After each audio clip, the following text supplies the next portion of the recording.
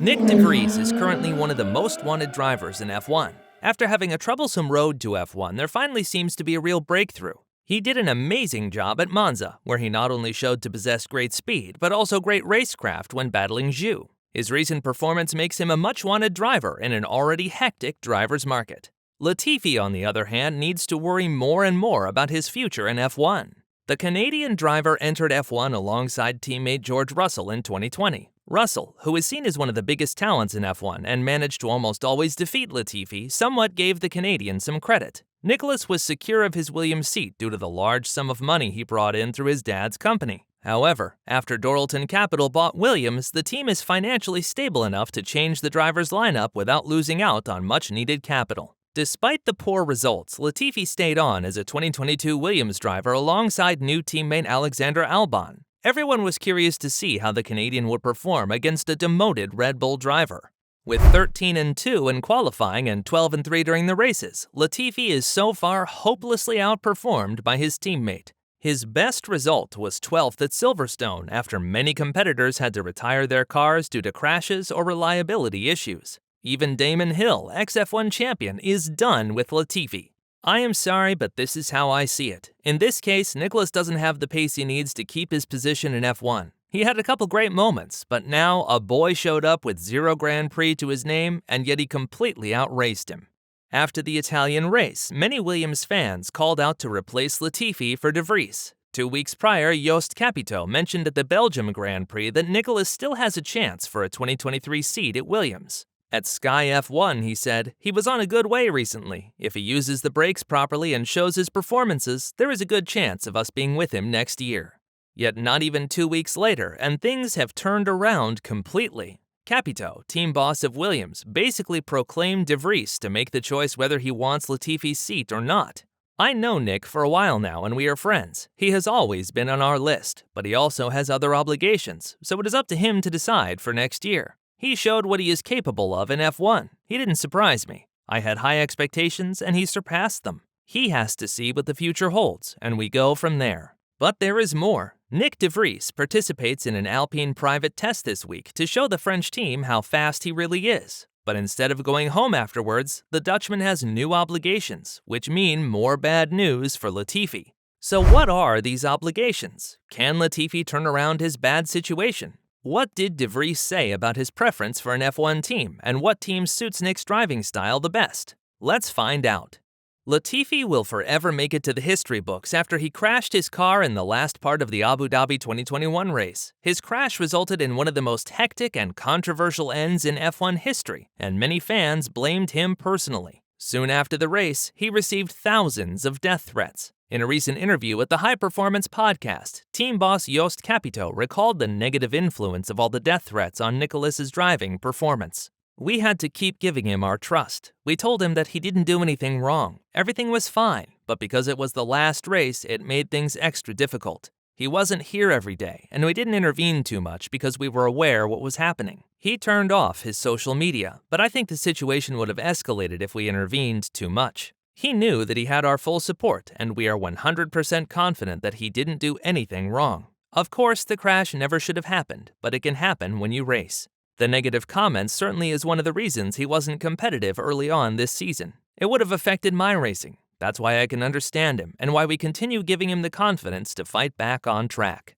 After 16 races into the 2022 season, we can conclude that he still didn't find his form. Although Capito mentioned last year that Latifi wasn't that far off from George Russell, he is currently on average over 5/10 off in qualifying compared to his teammate Albon. During the Italian Grand Prix, replacement driver De Vries was just a 10th quicker, but that was only because his fastest time in Q1 was taken away because of track limits, and he had a braking issue in Q2. However, during the race, the Dutchman was consistently 3/10 quicker than the Canadian and ended on a spectacular 9th place in his first ever Grand Prix. After the race, Latifi refused to give credits to his one-time teammate and said that the car was good enough to have ended at 9th. This raised many questions as to why he couldn't make it work, as he ended a disappointing 15th place.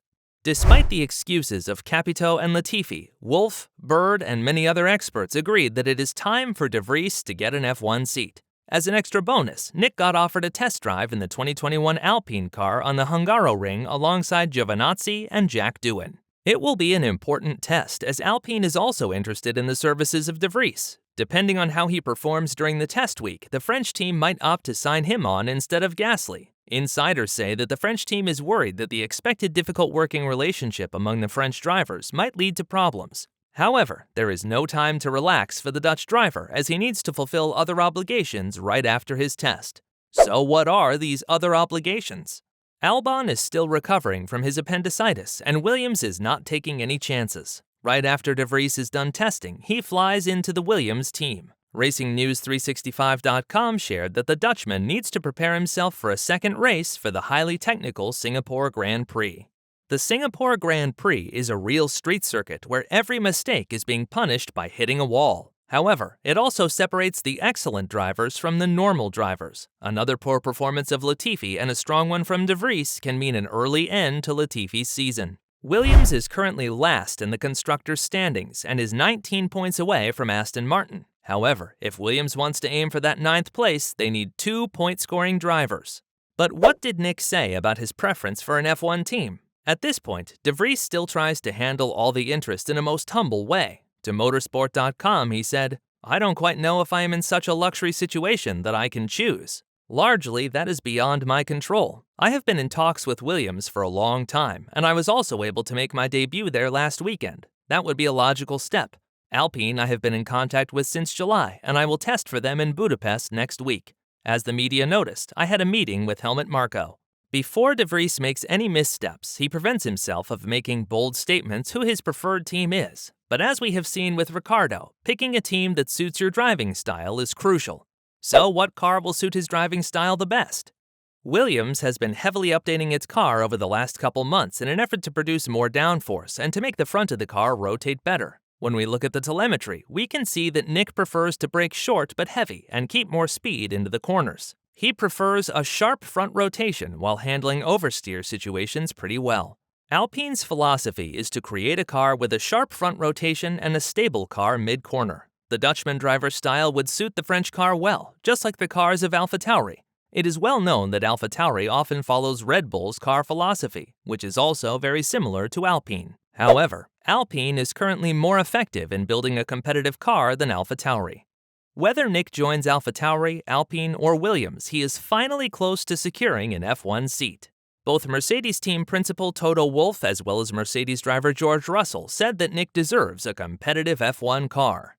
But can Latifi turn things around to keep his seat for the remainder of the year? If the Dutchman truly gets the chance to drive for Williams a second time and manages to outperform Latifi once more, it becomes ever so difficult for the Canadian to keep his F1 seat. Nyck Capito is already a fan of Nyck, and securing another point finish for the team would only make Latifi's situation more complicated.